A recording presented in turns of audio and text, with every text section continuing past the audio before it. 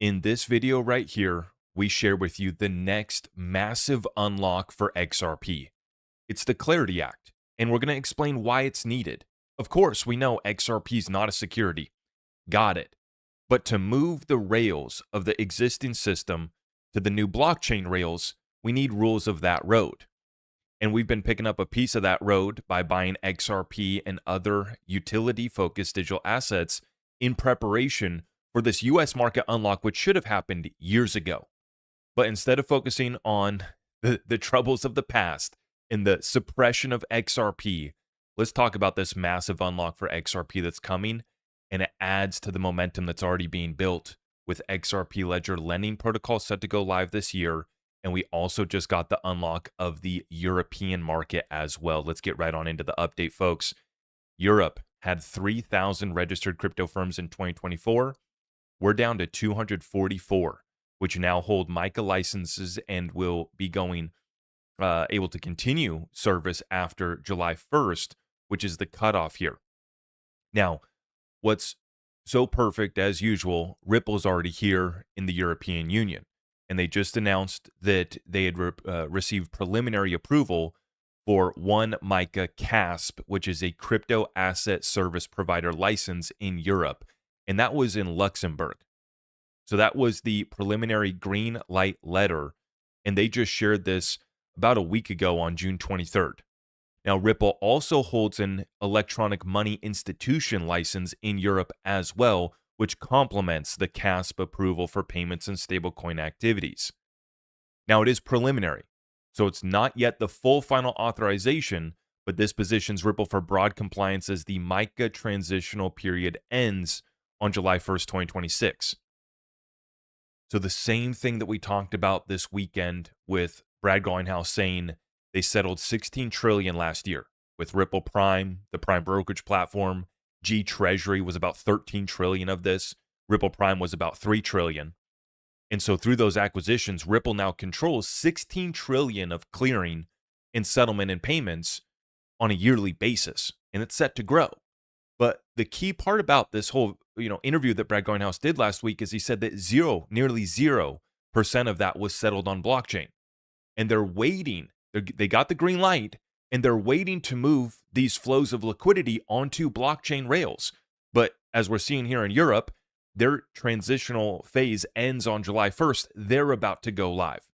In the US market, we're waiting on the Clarity Act to unlock US banks and institutions for their go live. And it's already set in motion. We take a look here at the DTCC, NSCC has launched 24/5 clearing. So they've moved to 24/5 as of last night. Expanded trading hours usher in a new era of global access and efficiency for US equities markets. Now, none of this is on blockchain yet, right? They're just adding more coverage. They're adding more time for now. This is separate from the DTCC's tokenization path, where they're piloting tokenized real-world assets like stocks, ETFs, and treasuries. And they're going to start this process with the next phase of going live here in July and the full rollout in October. So in a separate video, I'm going to break down the DTCC. They've already chosen they're going to be working on Stellar. They're going to be working on Canton. And we believe that XRP Ledger is uniquely positioned with Ripple Prime specifically there as well too. Full breakdown of the DTCC go live. But this is happening now with the 24/5 clearing. And once again, this just increases transactions, this increases liquidity, it increases volume. And so the existing rails, we look at some of these markets like DTCC and others, and we say, okay, if we move this to, XRP and Stellar, what would the price of XRP and Stellar go to? Well, the math changes because when they go from 24, what were they at? Basically, they only cleared during the day, right? During the operational hours. And so increasing to 24/5 increases the amount of throughput, liquidity, and volume. And then eventually we still have a couple other days there too, right? Eventually it goes to 24/7, and that increases it even more.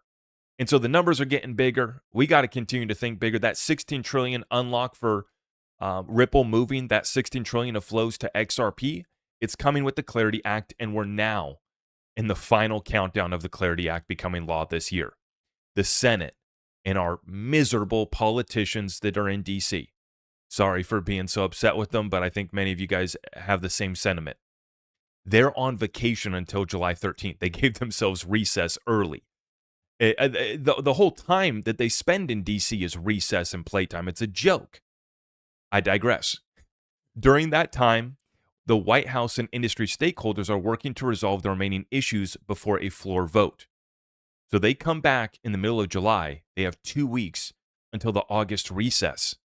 And if we don't get it done by the recess, we are out of time, essentially. The main unresolved issues are ethics. Democratic support depends on whether the White House agrees to strong ethics framework covering President Trump's crypto businesses, which have generated over $2 billion in new wealth for him since taking office. Hey, if we're going to point it at President Trump and the crypto deals that they've done, let's point it at everybody in DC. What do you say? Let's have a party talking about ethics in DC. It sounds like a great time to me. You want to talk about President Trump? I'd love to talk about everybody. D, R, left, right.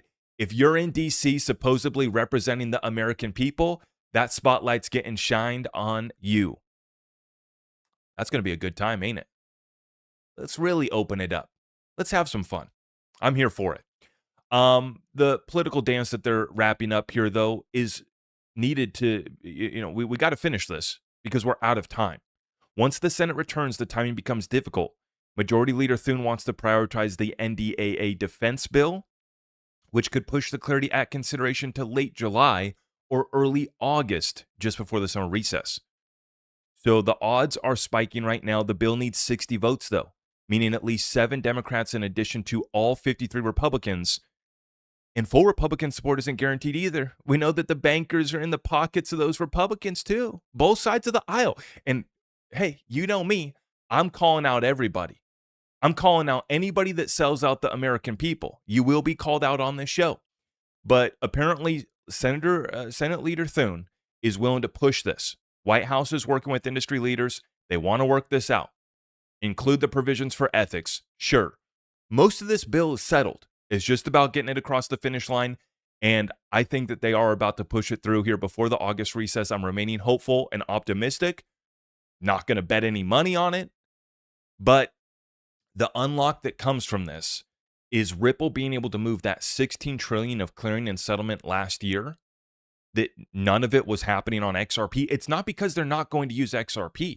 I read all of your guys' comments, and it's sad to see the amount of FUD and misunderstanding.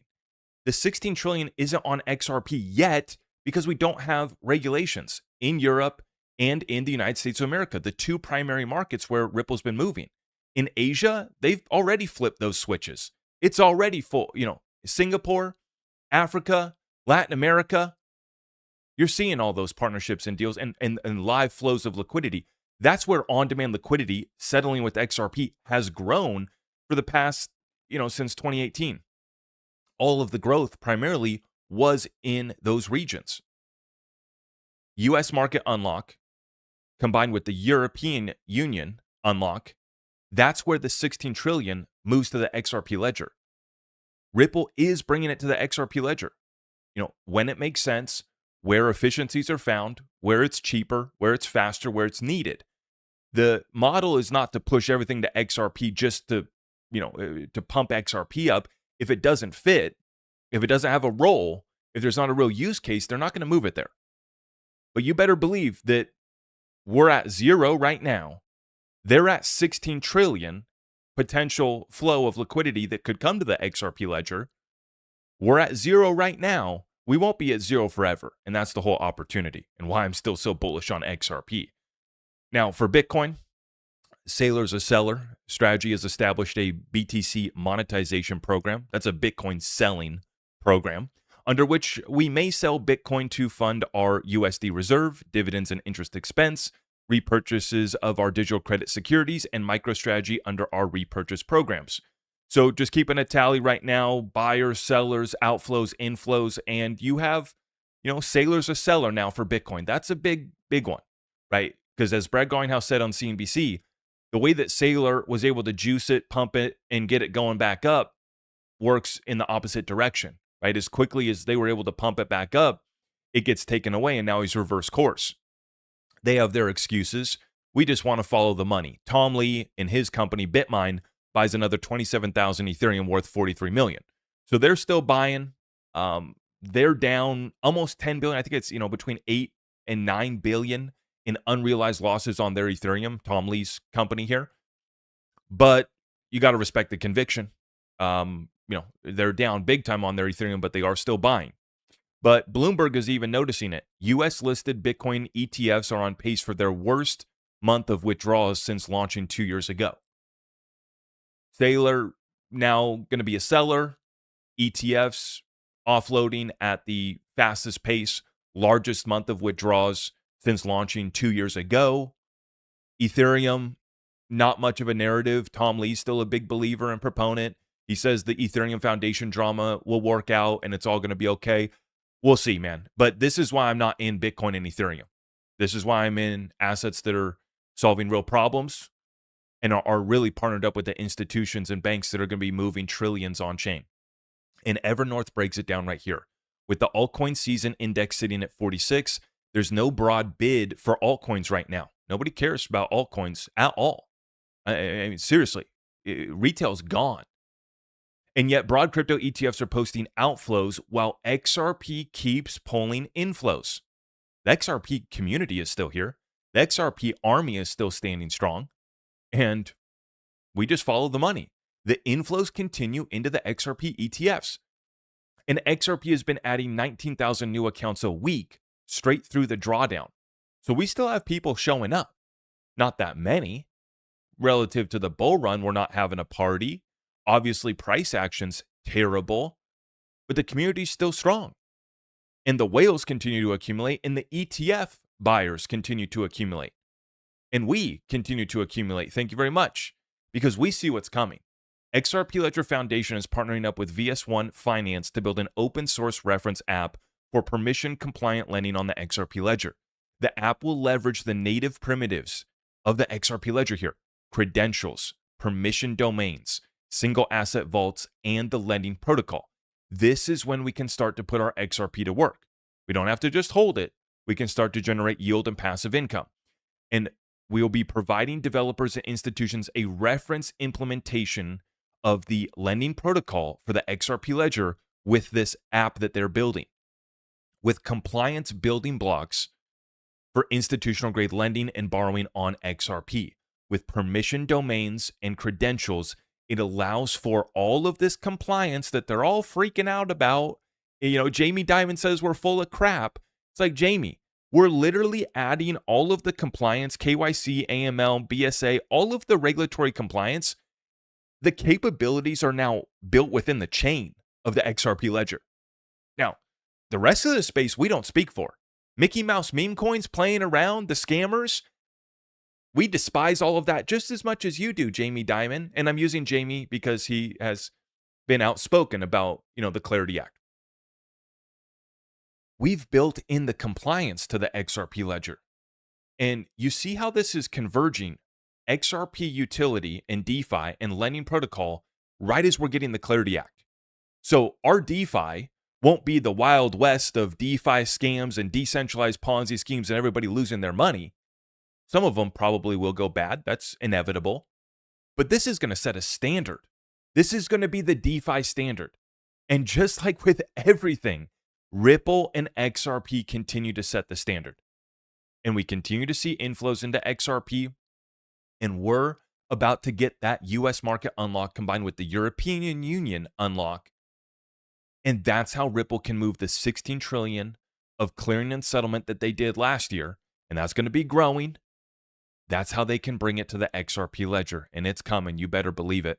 Now, before we sign out, if you guys appreciate this content, please help me out by liking this video. And if you haven't already, it really helps us out if you are subscribed. I know a lot of people come on back. We make it to your algorithm, but you haven't subscribed yet.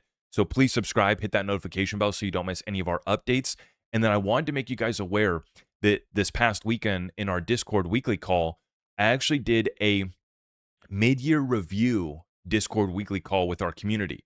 And I put together a full checklist, and I also put together a worksheet. So you can fill this out. If you want to tweak it, if you don't like the template that I provided, You can change that as well too. But I am so excited with the AI tools and capability, the ability to put out this educational content and the resources for our community is about to go exponential. And so if you want to get tapped in with us, go to my website, you sign up through Patreon to get access to Discord. And if you just want to try it out, you can go buy the Discord weekly call from Saturday and you'll get access to this checklist and the accompanying worksheet. And you could fill this out. I encourage everybody in our community to do it right now. We're reviewing the first half this year, and then we're making sure that we're still on target for the second half this year. And so, once again, that's all available in the Discord group. So come check that out if you want to. And then I'm also going to plug our sponsor, iTrust Capital, real quick. If you guys haven't signed up with iTrust Capital yet, they have an account for everybody, right? Whether it's the IRA retirement fund product, the premium custody account for just simply holding your assets in free institutional grade custody, or the treasury account for your business, your trust, and your nonprofit. They have you covered. And when you sign up as a new client using my link down below, you get your account funded. You'll also be getting a $100 funding bonus. So take advantage of that. Excited to see how we finish out the quarter here, wrapping up the first half this year, looking ahead. The first half this year, not good for crypto. So let's figure out a plan so we can execute on that in the second half this year to lock in our profits and make sure that we're ready for the next bull run. We see everything that's lining up here for XRP and other utility-focused digital assets. That's why we're still accumulating them.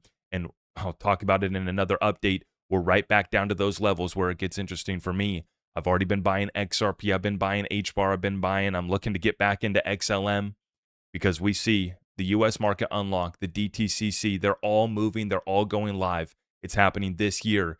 Combine that with XRP DeFi, we won't be at $1 for much longer. So stay locked in. If you appreciate it, you know what to do.